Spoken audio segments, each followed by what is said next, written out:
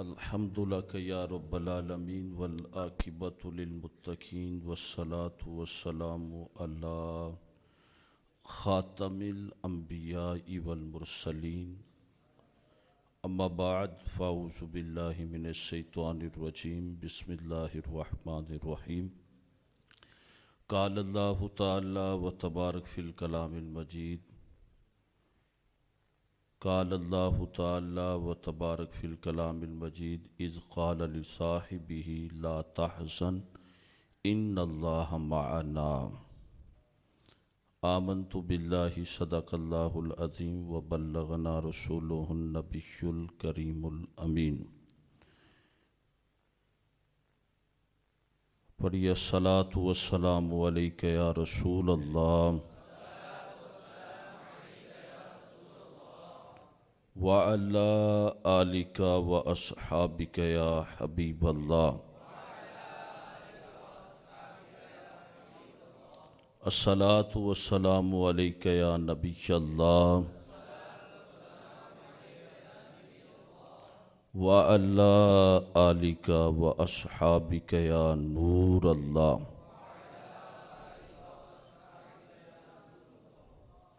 اللہ جل مجدہ کی حمد و ثنا کے بعد جو خالق کائنات بھی ہے اور مالک کائنات بھی ہے، ذرے ذرے کا علم اس کے پاس ہے، درختوں کے پتوں کی تعداد وہ جانتا ہے، ریت کے ذرات کا علم اس کے پاس ہے، پانی کے قطرات کی تعداد وہ جانتا ہے، فلک پہ چمکنے والے ستاروں کی تعداد وہ جانتا ہے، زمین پہ برسنے والے بارش کے جتنے قطرات اور جتنے فرشتے ان کو زمین تک پہنچاتے ہیں تمام کی تعداد وہ جانتا ہے، جتنے انسان دنیا سے جا چکے موجود ہیں آنے والے ہیں تمام کی تعداد وہ جانتا ہے، جتنے فرشتے زمین پر آسمانوں پر رکوع میں سجود میں قیام میں تشہد میں اس کی تسبیحات تکبیرات تحلیلات بیان کر رہے ہیں تمام کی تعداد وہ جانتا ہے، سمندر کی گہرائیوں میں جتنی مخلوقات آباد ہیں تمام کی تعداد وہ جانتا ہے، انسان کے دل میں جو خیال پیدا ہوتا ہے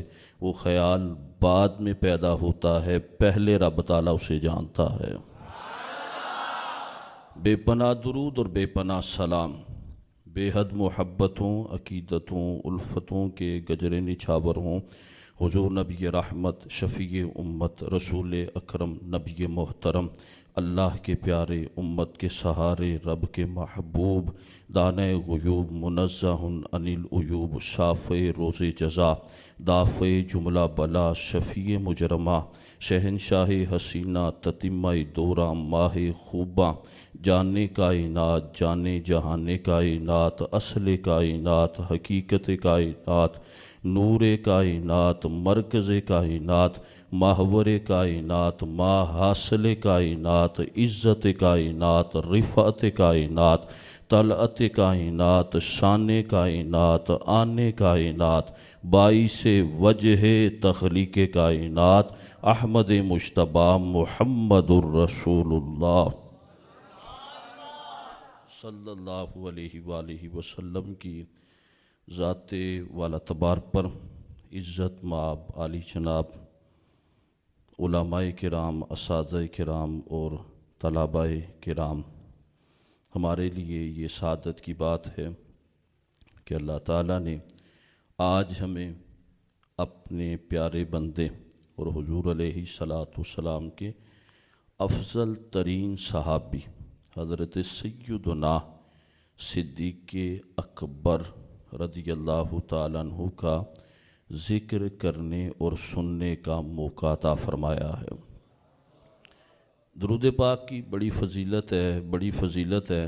ایک حدیث پاک سے اپنی گفتگو کا آغاز کرتا ہوں، پھر مختصر وقت میں چند باتیں آپ کے گوش گزار کرنے کی صحیح کروں گا۔ رحمت دو عالم صلی اللہ علیہ وسلم نے ارشاد فرمایا من صلی علیہ 50 مرہ فی کل یوم صافحتہ یوم القیامہ، فرمایا جو بندہ ایک دن میں 50 مرتبہ مجھ پر درود پڑھے کل بروز قیامت میں اس بندے سے مصافحہ فرماؤں گا۔ اچھا، اس بات کی نزاکت کو شاید ہم نہیں سمجھ سکتے، میں کچھ سمجھانے کی کوشش کرتا ہوں۔ آج کوئی بندہ کسی ایم پی اے سے، ایم این اے سے، سی ایم سے، پی ایم سے، پریزیڈنٹ سے، کسی منسٹر سے، کسی ملٹری کے آفیسر سے ہاتھ ملاتا ہے تو سینہ تان کے چلتا ہے اور یہ کہتا ہے کہ میرا فلاں کے ساتھ تعلق ہے۔ میں نے کہا یہ سارے تعلق دنیا میں رہ جائیں گے، مجھے ناز آتا ہے اس کے مقدر پر جس سے مصطفیٰ ہاتھ ملا لیں، اللہ اسے جنتی لوگوں میں شامل فرما لیتا ہے۔ حضور علیہ الصلوۃ والسلام کا ہاتھ ملانا کوئی عام ہاتھ ملانا نہیں ہے۔ میں نے سیر کی کتب میں پڑھا، حضور علیہ الصلوۃ والسلام کا طریقہ کار یہ تھا کہ جب آپ کسی سے ہاتھ ملاتے تھے نا، اس کا جب ہاتھ پکڑ لیتے تو پھر ہاتھ چھوڑتے نہیں تھے۔ اس کی وجہ کیا ہے؟ ایک پنجابی کا شاعر کہتا ہے، لجپال پریت نو توڑ دے نہیں، لجپال پریت نو توڑ دے نہیں، جے باں پھڑ لین پھر چھوڑ دے نہیں۔ اچھا، حضور علیہ الصلوۃ والسلام جب مصافحہ کرتے نا، آپ کسی کا ہاتھ پکڑ لیتے تو ہاتھ چھوڑتے نہیں تھے، وہ چھڑانا چاہتا تو پھر آپ چھوڑ دیتے۔ میں نے کہا بڑی پیاری بات ہے، میدان معشر ہوگا، ہم نے درود پڑھا ہوگا، امام الانبیاء نے ہاتھ ملانا ہے، مصطفیٰ نے چھوڑنا نہیں، ہم نے چھڑانا نہیں۔ آقا آگے آگے جنت میں چلے جائیں گے، پیچھے رب ہمیں بھی جنت عطا فرما دے گا۔ اور پھر نبی علیہ الصلوۃ والسلام کا ہاتھ کسی کے ساتھ چھو جائے، حضور علیہ الصلوۃ والسلام کسی کے ہاتھ کو پکڑ لے، پھر وہ جہنم میں جا سکتا ہے؟ نا، میرے نبی علیہ الصلوۃ والسلام کے صحابی حضرت انس بن مالک، ان کے گھر میں ایک دسترخوان تھا، حضور ایک مرتبہ ان کے گھر میں تشریف لائے تھے، اس دسترخوان کے پاس بیٹھ کر میرے نبی علیہ الصلوۃ والسلام نے کھانا تناول فرمایا تھا، اور اس رومال سے حضور علیہ الصلوۃ والسلام نے مبارک ہاتھوں کو صاف کیا تھا۔ میں تو یہ کہوں گا اس رومال کو حضور نے اپنے ہاتھوں کی برکتیں عطا فرمائی تھی۔ صحابہ یہ کہتے ہیں حضور چلے گئے، ایک مرتبہ ہم حضرت انس بن مالک کے گھر آئے، حضرت انس بن مالک نے ہمیں بھی کھانا کھلایا، دسترخوان میلا میلا لگ رہا تھا، آپ نے اٹھایا اور جلتے ہوئے تندور کے اندر ڈال دیا۔ ہم نے سمجھا شاید یہ ختم ہو جائے گا، حضرت انس بن مالک اسے جلانا چاہتے ہیں، لیکن تھوڑی دیر کے بعد دیکھا آپ نے ہاتھ ڈالا اور اسے وہاں سے نکال لیا، وہ صاف ہو چکا تھا۔ ہم نے پوچھا انس بن مالک یہ کیا بات ہے؟ فرمایا جب سے مصطفیٰ نے اسے ہاتھ لگایا ہے، جب یہ میلا ہوتا ہے میں اسے پانی میں نہیں ڈالتا بلکہ آگ میں ڈال دیتا ہوں، یہ پہلے سے بھی ستھرا ہو جاتا ہے۔ دسترخوان کو اگر نبی رحمت صلی اللہ علیہ وسلم کے ہاتھ لگ جائیں، وہ دنیا کی آگ میں نہیں جل سکتا۔ امتی کو اگر مصطفیٰ چھو لیں، نہ وہ دنیا میں جل سکتا ہے، نہ حشر میں جلے گا، اور نہ ہی ایسا بندہ جہنم میں بھی نہیں جل سکتا۔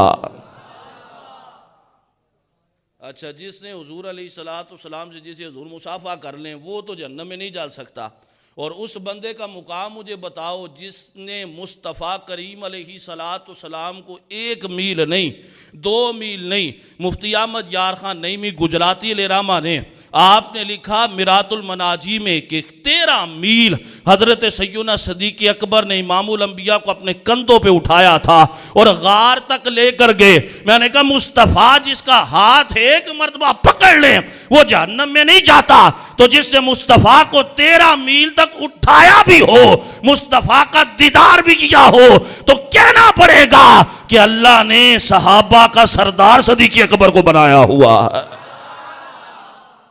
ہمارے بزرگوں کا جی اپنا طریقہ کار ہوتا ہے، وہ کسی سے مناظرہ بھی کرتے ہیں، گفتگو بھی کرتے ہیں۔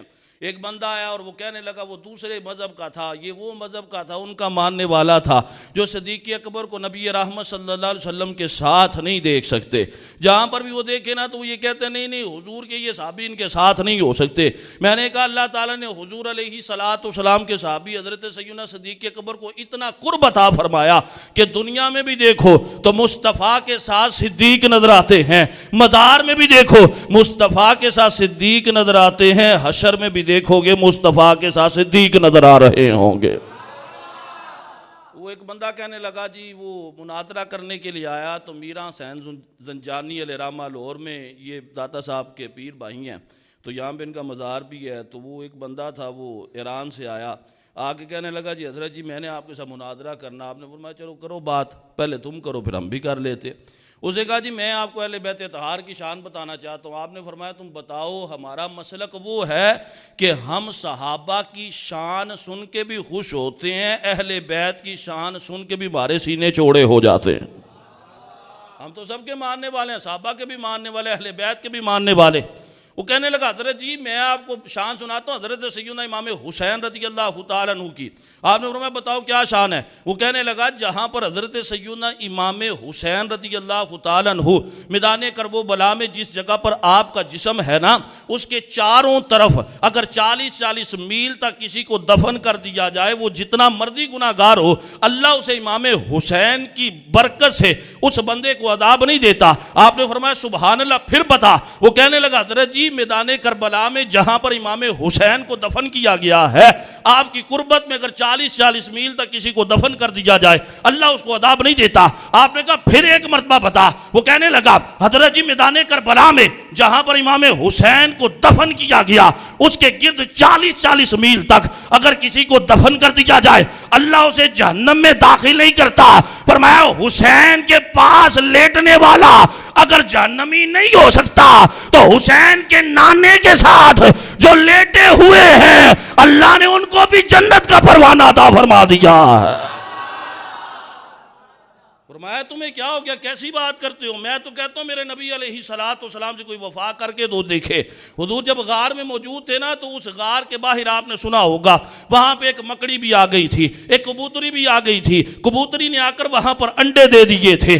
آج بھی کہا جاتا ہے کہ حضور کے مزار کے باہر آج بھی جو کبوتر موجود ہیں وہ اسی کبوتری کی اولاد میں سے ہیں. میں نے کہا جو غار کے باہر حفاظت کرتی رہی, رب نے اس کی اولاد کو آج بھی مزار کے باہر بٹھا رکھا ہے. اور جو صدیق غار کے اندر حفاظت کرتے رہے, رب نے آج بھی ان کو غار کے اندر مزار کے اندر جگہ عطا فرما دی ہے. تو جس نے جتنا قرب پایا اسی قدر رب تعالیٰ نے عطا بھی فرما دیا. حضرت سیدنا صدیق اکبر رضی اللہ تعالیٰ عنہ کا مقام بڑا. حضور علیہ السلام ارشاد فرماتے ہیں, فرمایا کہ میرے 2 وزیر زمین پر ہیں اور 2 آسمانوں پر. زمین پر کتنے وزیر ہیں جی؟ اور آسمانوں پر 2.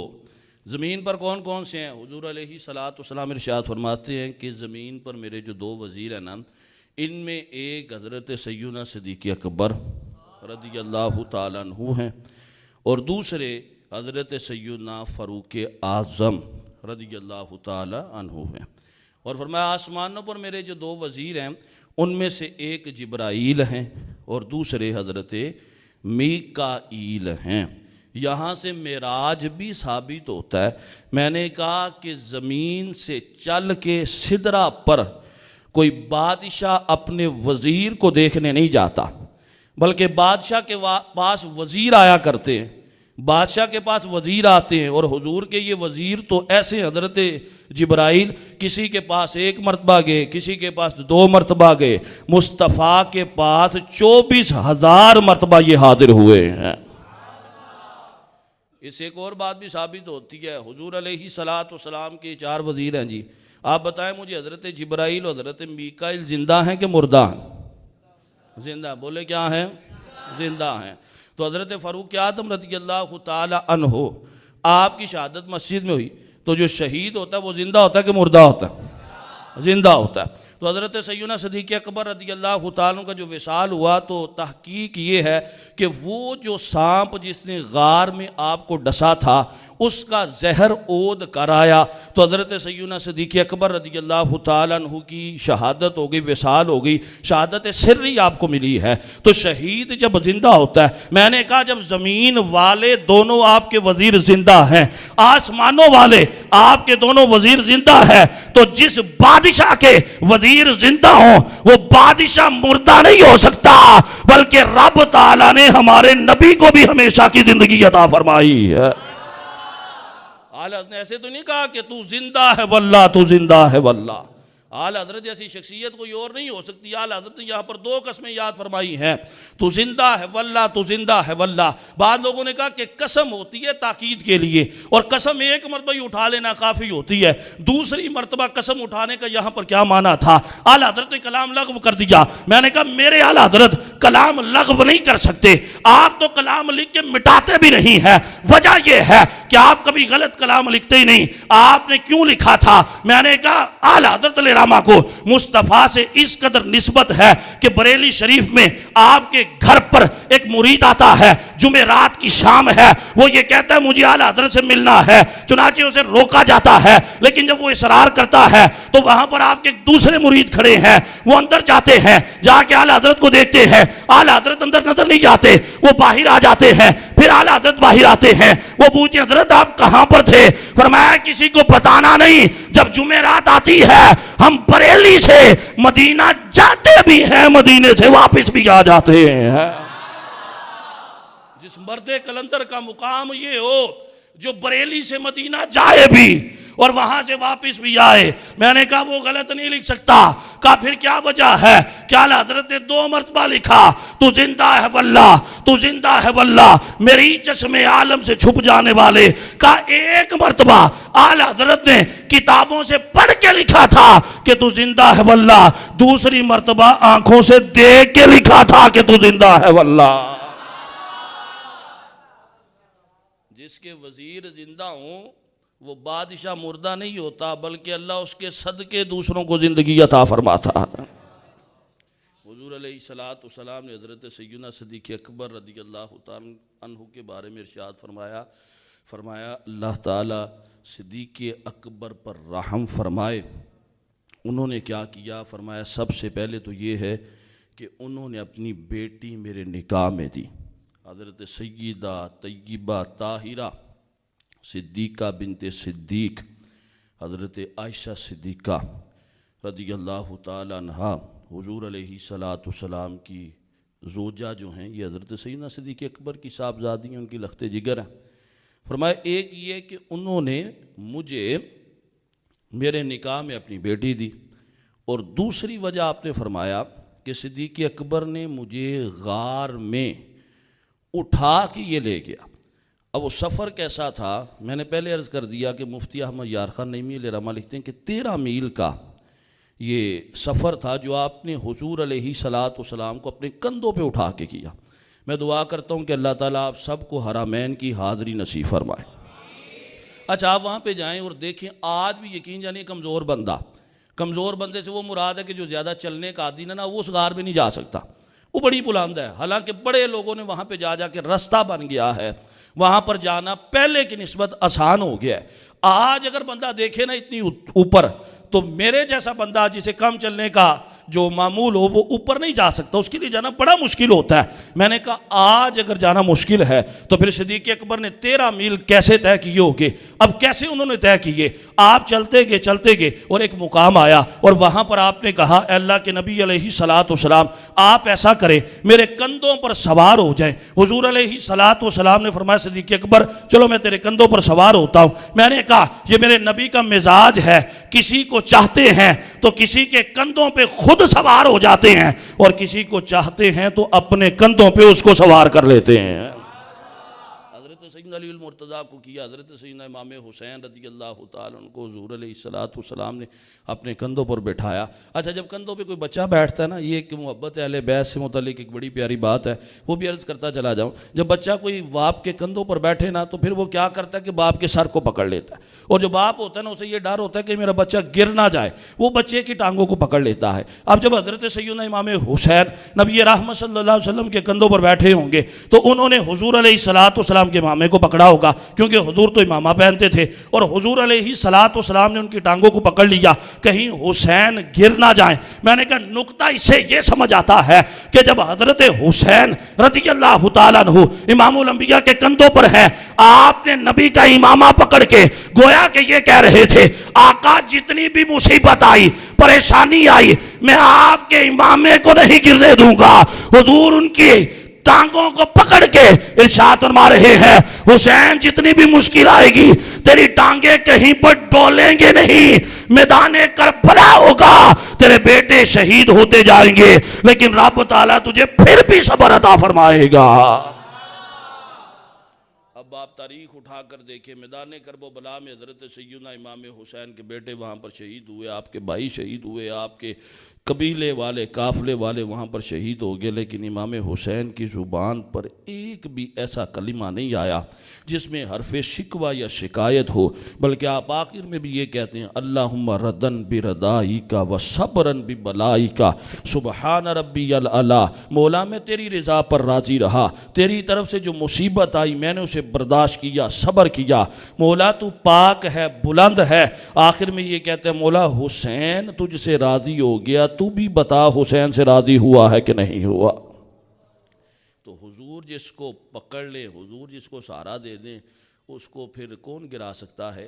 تو حضرت سیدنا صدیق اکبر نے نبی رحمت صلی اللہ علیہ وسلم کو اپنے کندھوں پہ سوار کیا۔ اچھا اب اس میں آگے علماء نے لکھا، عالم محبت نے لکھا کہ حضرت سیدنا صدیق اکبر رضی اللہ تعالیٰ عنہ نے کیوں سوار کیا تھا۔ اس کی کئی وجہ ہو سکتی ہیں، لیکن ایک وجہ یہ تھی کہ آپ نے جب سوار کیا نا تو پھر اب جب تھوڑا سا آگے چلے تو آپ ایڑیوں کے بل تھوڑا سا چلے، پھر آپ پنجوں کے بل چلے، اس طرح چلتے چلتے آپ اوپر تک حضور علیہ السلام کو غار میں لے کے۔ اب جب صبح ہوئی نا تو کافروں نے تو پتہ کرنا ہی کرنا تھا، وہ تو اسی وقت پیچھے آ گئے، چلو جا کے دیکھتے ہیں کہ نبی رحمت صلی اللہ علیہ وسلم کو صدیق اکبر کہاں پر لے کر چلے گئے۔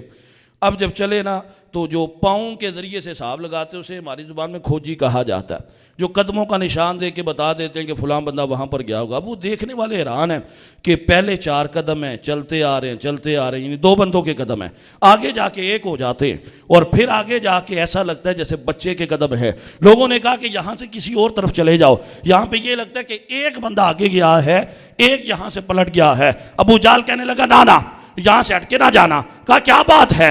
کہا بات یہ ہے مجھے یہ لگتا ہے کہ صدیق اکبر اپنے نبی سے بڑی محبت کرتے ہیں، مجھے یہ لگتا ہے یہاں پر قدم تو 2 ہے لیکن صدیق اکبر نے نبی کو اپنے کندھوں پہ اٹھا لیا ہے۔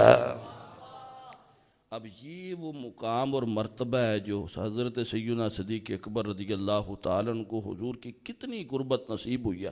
اچھا اوپر چلے گئے تو اوپر جا کے آپ نے حضور سے عرض کی کہ اللہ کے نبی علیہ الصلوۃ آپ ٹھہریں، میں پہلے غار کو صاف کرتا ہوں۔ آپ اندر گئے، غار کو آپ نے صاف کیا اور جہاں پر سوراخ تھے وہاں پر آپ نے اپنے کپڑے کو پھاڑ کے تو وہ سوراخ بند کر دیے، ایک سوراخ وہاں پر خالی رہ گیا، آپ نے ایڑی وہاں پر رکھ دی۔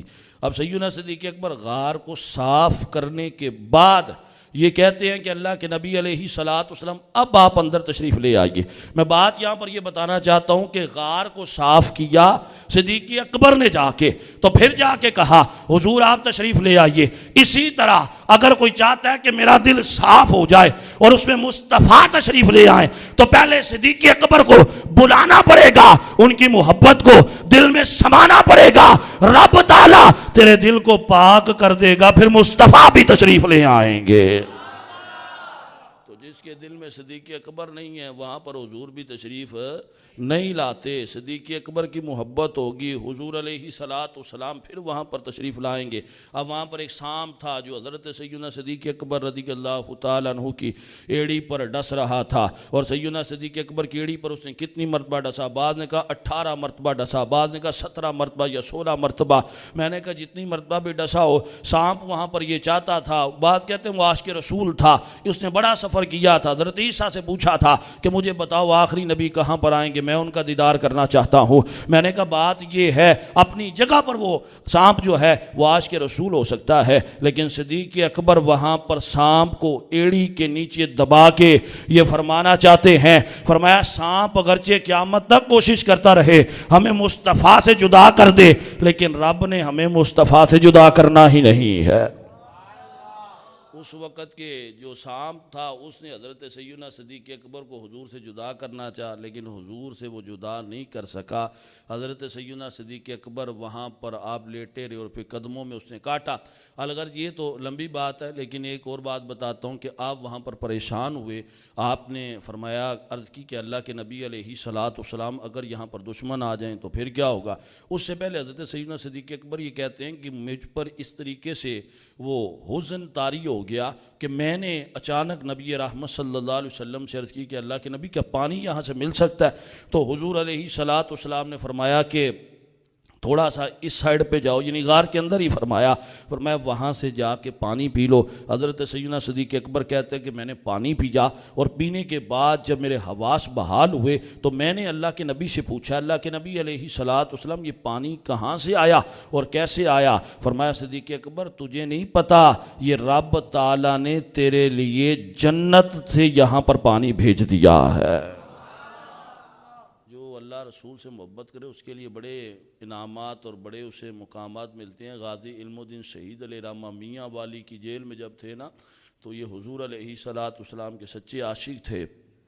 ایک شخص یہ کہتا ہے کہ میں نے غازی صاحب سے ملاقات کی تو ان کے ہاتھ میں جامن تھے اور جامن بھی بڑے خوبصورت اور بڑے اچھے والے، تو میں حیران تھا کہ یہ تو آج کل باہر نہیں ملتے، تو ان کو جیل کے اندر کون پکڑا کے چلا گیا؟ تو میں نے غازی صاحب سے پوچھا، غازی صاحب بتائیں یہ جامن کہاں سے ملے ہیں؟ تو غازی صاحب نے آگے سے مسکرا کے کہا کیا بات ہے؟ وہ کہنے لگا حضرت جی باہر بھی جامن کا موسم نہیں ہے، یہاں پہ تو ویسے ہی کچھ نہیں آنے دیتے، آپ کو کہاں سے مل گئے؟ غازی صاحب نے کہا ہم نے جن کے نام پر یہ قربانی دی ہے ہمیں وہ پھل بھی عطا فرما دیتے ہیں۔ تو حضور سے کوئی محبت کر کے تو دیکھیں۔ حضرت سیدنا صدیق اکبر رضی اللہ تعالیٰ عنہ نے وہاں پر ایک اور سوال کیا، اسے دوسرے مسلک کے جو ان کے مفسر ہیں انہوں نے بھی اپنی کتابوں میں لکھا۔ آپ نے یہ پوچھا کہ اللہ کے نبی علیہ السلام اگر یہاں پر ایسا ہو کہ یہاں پر اگر کافر آ جائیں تو پھر ہم نے کہاں پر جانا ہے؟ دروازہ تو یہی ہے، اگر ادھر سے وہ آ جائیں تو پھر ہم کہاں پر جائیں گے؟ حضور علیہ السلام نے ارشاد فرمایا ہے صدیق اکبر پریشان ہونے کی ضرورت نہیں، آپ نے اگر ادھر سے آ جاتے تو ہم نے ادھر چلا جانا تھا۔ آپ کا فرمانا تھا کہ رب تعالیٰ نے پہاڑ کو چیر دیا، سامنے دیکھا کہ ایک دریا ہے اور اس میں ایک کشتی نظر آ رہی ہے جو جانے کے لیے تیار کھڑی نظر آ رہی۔ فرمایا اگر یہاں سے آ جاتے تو ہم نے ادھر نکل جانا تھا۔ تو حضرت سیدنا صدیق اکبر رضی اللہ تعالیٰ عنہ نے وہ جو قرابت حضور علیہ السلام کی وہاں پر پائی ہے وہ کیا کمال تھی۔ اچھا میں یہ عرض کروں کہ حضور کی ایک توجہ اگر کسی پر ہو جائے، اللہ اکبر، جسے ایک توجہ مل جائے میرے مصطفیٰ جس پر ایک نظر فرما دے، پتھروں پر ایک نظر ڈالنے اللہ ان کو بھی کلمہ پڑھنے کی توفیق عطا فرما دیتا ہے۔ سورج کی طرف ایک نظر فرمائیں، توجہ فرمائیں تو سورج ڈوبا ہوا پلٹ کے واپس آ جاتا ہے۔ چاند کی طرف توجہ فرمائیں تو چاند کے دو ٹکڑے ہو جاتے ہیں۔ درخت کی طرف اگر توجہ فرمائے تو درخت زمین کو چیرتا ہوا امام الانبیاء کی بارگاہ میں حاضر ہو جاتا ہے۔ نبی علیہ السلام اگر کسی کافر کی طرف توجہ فرما دیں تو اللہ تعالیٰ اسے کلمہ پڑھنے کی توفیق عطا فرما دیتا ہے۔ تو صدیق کا مرتبہ اور مقام کس قدر اعلیٰ ہوگا کہ 3 راتیں مصطفیٰ نے توجہ فرمائی ہے تو فقط صدیق اکبر پر فرمائی ہوئی ہے۔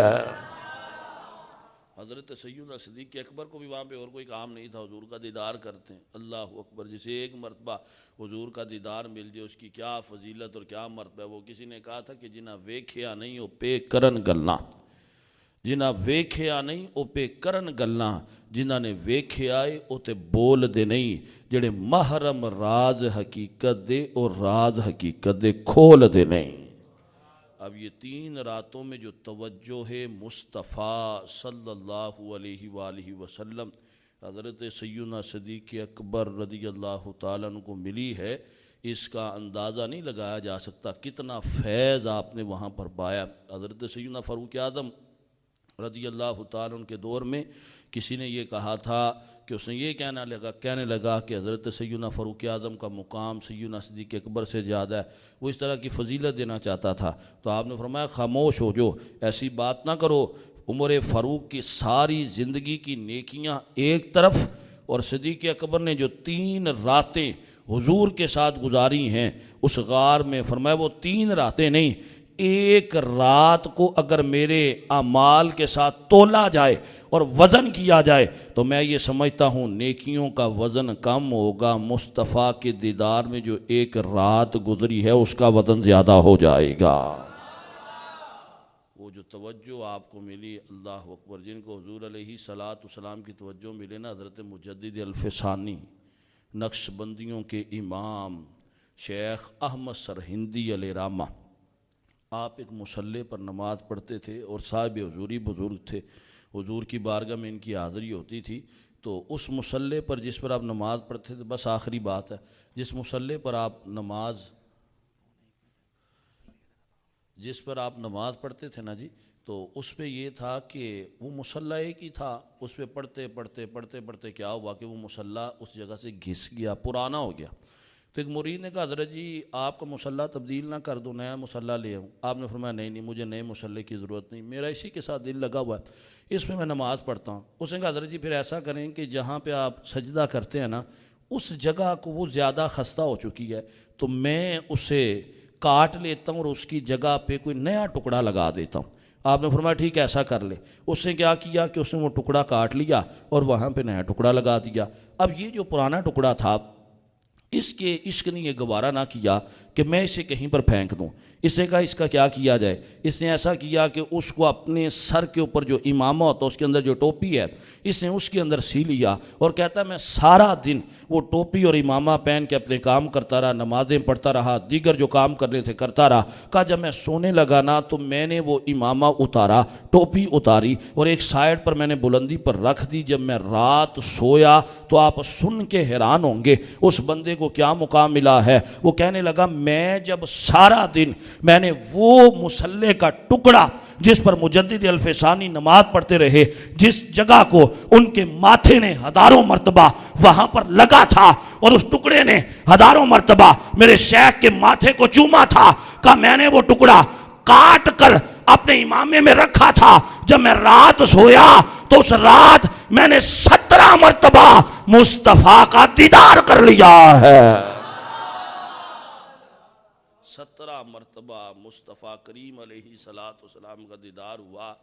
تو جن کے مصلی کا یہ مقام ہے کہ اس ٹکڑے کو جو اپنے سر پہ رکھ لے مصطفیٰ اسے بھی 17 مرتبہ دیدار عطا فرماتے ہیں، اس شیخ احمد سرہندی کا اپنا کتنا مقام ہوگا۔ اعلی حضرت علیہ رحمہ کے ایک خلیفہ وہ یہ کہتے ہیں کہ اعلی حضرت علیہ رحمہ نے مجھے یہ فرمایا کہ آج آپ نے، وہ سید صاحب تھے، تو نے کہا کہ شاہ صاحب آپ نے رات میرے بستر میں آپ نے لیٹنا ہے، میں نے کہیں کام جانا ہے۔ وہ کہتے ہیں کہ میرے لیے سعادت تھی کہ میں حضور علیہ صلاۃ والسلام کی عاشق حضرت سیدنا امام احمد رضا خان علیہ رحمۃ الرحمن کے بستر میں لیٹوں۔ فرمایا کہ میں اس بستر میں لیٹ گیا اور صبح جب اٹھا تو مجھے یہ لگتا تھا کہ جیسے ساری رات میرا سارا جسم ہی اللہ کا ذکر کرتا رہا ہے۔ تو جن پر حضور کی توجہ واسطوں کے ذریعے، مراد اتنا وقت گزر چکا، تو جن پر ڈائریکٹ بالکل سامنے بٹھا کے اور ایک لمحہ نہیں بلکہ 3 راتیں جن پر حضور علیہ صلاۃ والسلام نے توجہ فرمائی ہو، ان کا مقام اور مرتبہ کون سمجھ سکتا ہے۔ لہذا اسی وجہ سے ہم کہتے ہیں حضور علیہ صلاۃ والسلام نے خود ارشاد فرمایا تھا، حضرت ابو دردہ ایک مرتبہ حضور کے ساتھ چل رہے ہیں اور حضرت سیدنا صدیق اکبر بھی آپ کے ساتھ ہیں۔ حضرت ابو دردہ چلنے میں حضرت صدیق اکبر کے آگے آگے، حضور نے دیکھا اور فرمایا ابو دردہ تجھے پتا ہے کس کے آگے چل رہا ہے؟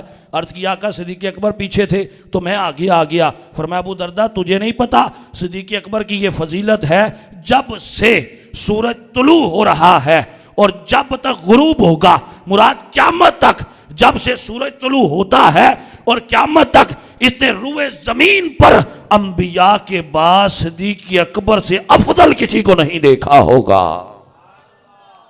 انبیاء کے بعد افضل البشر بعد الانبیاء والمرسلین، یعنی انبیاء اور مرسلین کے بعد سب سے زیادہ فضیلت اگر اللہ تعالیٰ نے کسی کو عطا فرمائی تو ہمارے سیدنا صدیق اکبر رضی اللہ تعالیٰ عنہ کو عطا فرمائی۔ آپ بھی پھر کیسے حضور کے سچے عاشق، آپ نے سب کچھ حضور پر قربان کر دیا۔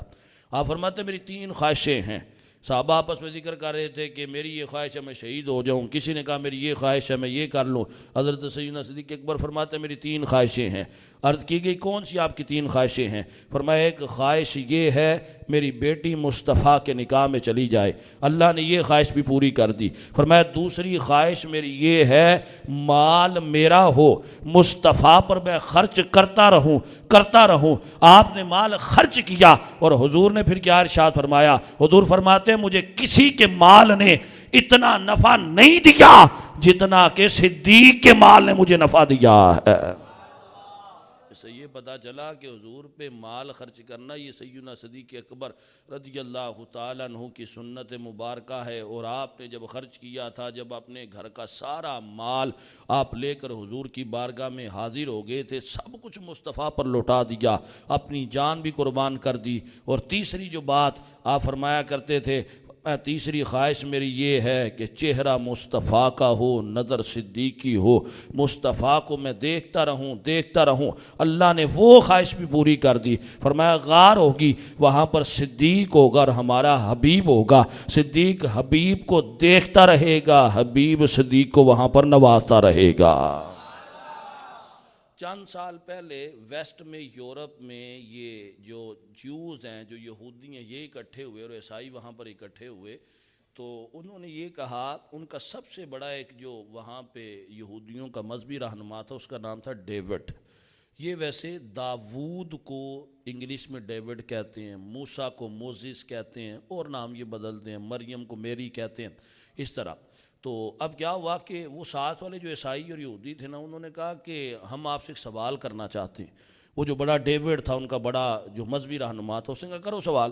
وہ کہنے لگا بات یہ ہے کہ مسلمانوں کا قرآن آج تک محفوظ ہے، ہماری کتابیں بدل چکی ہیں، ہماری تورات بھی بدل گئی، انجیل بھی بدل گئی، زبور بھی جو وہ بھی بدل چکی ہے، وجہ کیا ہے؟ حالانکہ وہ بھی آسمان سے نازل ہوا، یہ بھی منزل من اللہ ہیں، وہ بھی اللہ کے نبی پر آیا، یہ بھی اللہ کے انبیاء پر آئے ہیں، لیکن وجہ کیا ہے؟ ہمارے نزدیک تو یقیناً وجہ ایک یہ بھی ہے کہ اللہ نے اس کی حفاظت کا ذمہ لیا۔ دوسری وجہ وہ جو بیان کرتا ہے وہ آپ سنیں۔ وہ کہنے لگا ہمارے پاس سب کچھ تھا، ہم اسے سیو کرنا چاہتے تو کر سکتے تھے، لیکن وجہ یہ ہے اللہ نے جیسے امت محمدیہ میں صدیق اور عمر اپنے نبی کو عطا فرمائے، ہم میں صدیق اور عمر کو پیدا نہ کیا۔ قرآن کی حفاظت اگر کسی نے کی ہے یا صدیق نے کی ہے یا نبی کے دیگر صحابہ نے کی ہے۔ کہا کہ ہمارے پاس ایسے بندے نہیں تھے۔ حضرت سیدنا صدیق اکبر رضی اللہ تعالیٰ عنہ، آپ نے کیسے قرآن کی حفاظت کی، سارے قرآن کو اکٹھا کیا۔ اور پھر یہ ہے کہ جس وقت مدینے پر جب قرب و جوار میں رہنے والے، اطراف و اکناف میں رہنے والے سارے وہاں کے جو قبیلے تھے، ان میں ارتداد پھیل گیا، جو اس کے پاس رہتے تھے، اور انہوں نے مسلمانوں پر حملہ کرنے کے بارے میں سوچ لیا۔ لیکن صدیق اکبر رضی اللہ تعالیٰ عنہ، آپ سب سے زیادہ اشجع کیسے ہیں، سب سے زیادہ بہادر کیسے ہیں؟ آپ نے فرمایا میں ان تمام کے ساتھ جنگ کروں گا۔ 10,000 بندوں کو آپ نے بھیج دیا، آگے مقابلے میں کئی ہزار تھے، مدینے میں چند بندے رہ گئے۔ آپ نے فرمایا پریشان ہونے کی ضرورت نہیں، یہ ان میں سے اگر کوئی بندہ ایک اونٹ کی رسی بھی زکوٰۃ کی مصطفیٰ کے دور میں دیتا تھا، میں اسے لے کر رہوں گا۔ پھر لوگوں نے دیکھا کہ جب یہ نظر آ رہا تھا کہ یہاں پر شاید صدیق اکبر کے سپاہیوں کو شکست مل جائے، لیکن آپ نے رب پر توکل کیا، اللہ نے وہاں پر بھی آپ کو فتح عطا فرما دی ہے۔ اشجع الناس، لوگوں میں سب سے زیادہ اگر کوئی بہادر ہیں تو وہ بھی سیدنا صدیق اکبر رضی اللہ تعالیٰ عنہ کی ذات والا تبار ہے۔ آپ کی سیرت اور آپ کی شخصیت وہ ایسی ہے کہ آپ نے ابتدا سے لے کے انتہا تک وقت ہی حضور کے ساتھ گزارا ہے۔ یہ تو چند لمحات تھے جو آپ کی چند باتیں بیان کی گئیں، وگرنہ حقیقت یہ ہے کہ جیسے حضرت سیدنا صدیق اکبر نے اپنے دل میں رسول اللہ صلی اللہ علیہ وآلہ وسلم کی محبت کو جمع کیا، اور جیسے آپ کے دل میں حضور کی محبت تھی، آئیے ہم بھی یہ کوشش کریں کہ حضور کو انتہا کی محبت جس سے کرنی ہے وہ میرے نبی علیہ الصلاۃ والسلام کی ذات والا تبار ہے۔ اور قبلہ امیر اہل سنت دامت برکات عالیہ کی شخصیت ہمارے لیے آئیڈیل پرسنالٹی ہے۔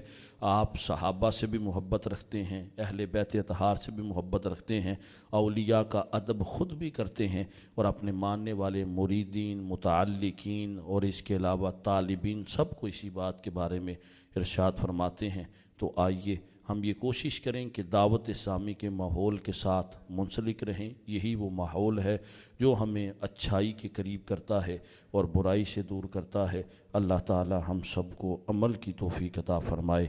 آمین بجاہ النبی الامین صلی اللہ علیہ وسلم.